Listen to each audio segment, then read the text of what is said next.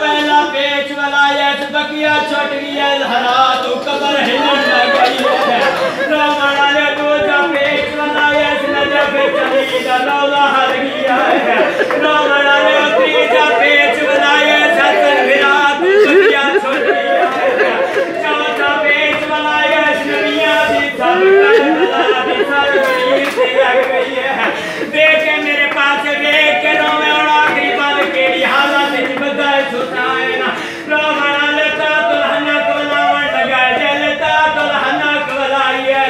आदा इन्ना लिल्लाहि व इन्ना इलैहि राजिऊन मौला तेरी मुराद कबूल फरमावे मौला मामा दिया खुदा कबूल फरमावे रावण लेता तो हनक वलाई आदा इन्ना लिल्लाहि व इन्ना इलैहि राजिऊन रावण आयो बीबियां देखे मैं चुका राम बाबा होए सैयदादियां ने कुरान चाहे साथे कुरान चाहे बदिया कोई बीबी सूरह मुज़म्मिल वदी पढ़ दी आई कोई बीबी सूरह यासीन वदी पढ़ दी आई कोई बीबी आगे है वसदा मदीना कोई बीबी आगे है बर्बाद मदीना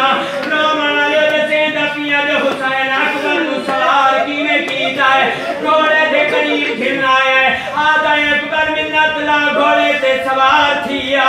ओसले अकबर आदा बाबा रब दा दस्तूर है